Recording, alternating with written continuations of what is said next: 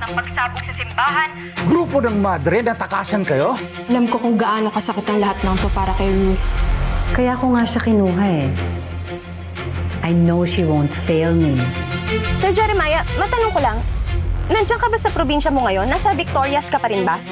Okay, sige. Kikitain kita. Ngayon na. Wait mo ako dyan.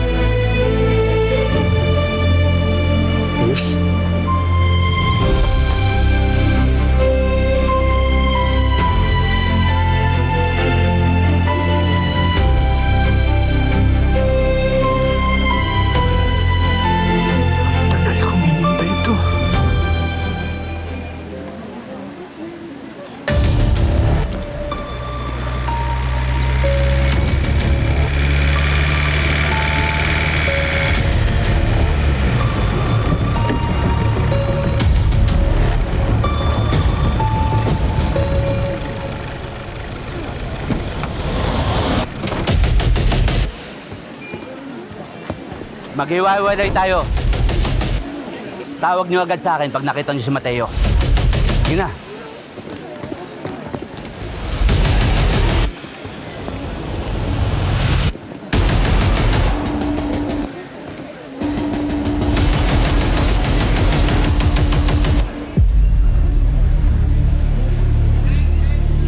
Ang tagal kong hinintay ito.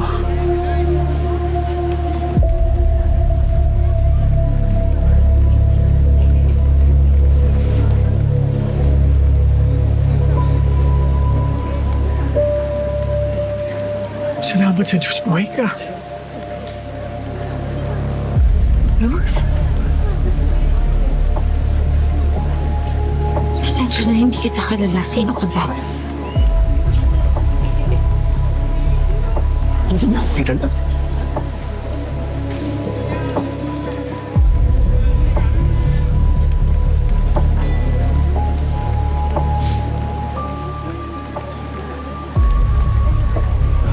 Brad, pwede magtanong.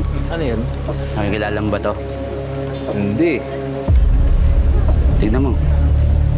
Hindi. Brad, ah. Hindi talaga.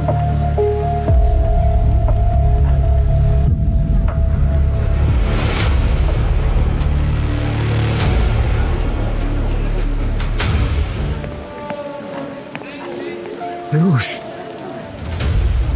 Hindi mo ko kilala. Ako to, si Mateo. Ruth. Ruth pala pangalan mo? Hindi ko ho alam.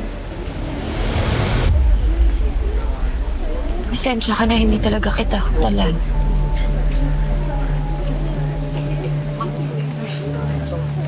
Dali lang, Ruth. Ako to, asawa mo. May anak tayo, si Yam Yam. Sandali lang. Hindi ka kita kilala. Hindi ko naaalala na asawa kita. Wala ko naaalala.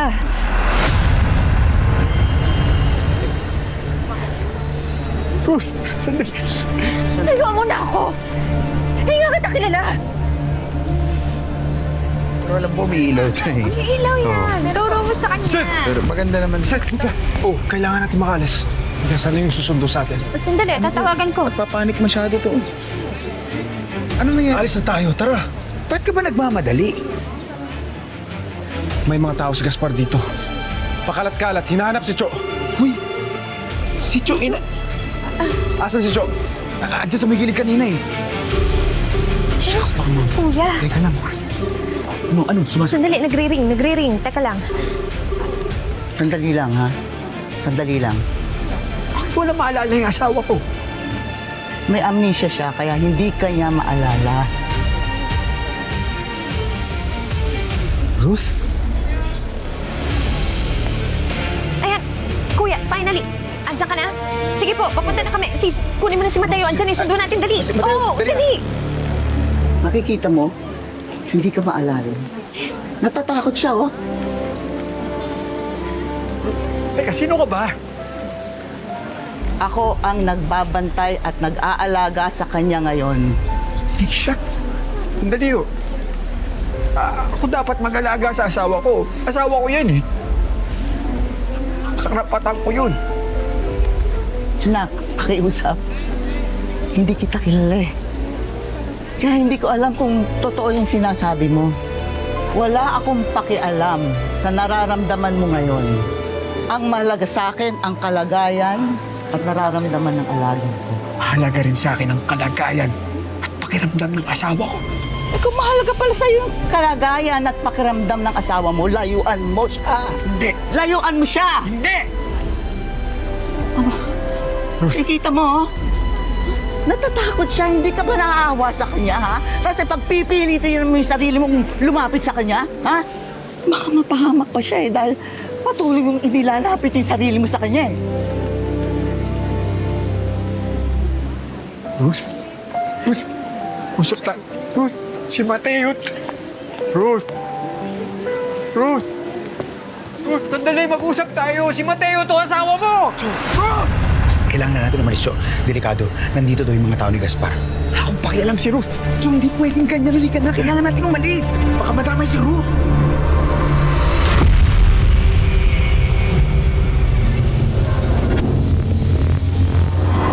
Hello mga kapatid, this is Jem de Guzman of My Best Friend Eman.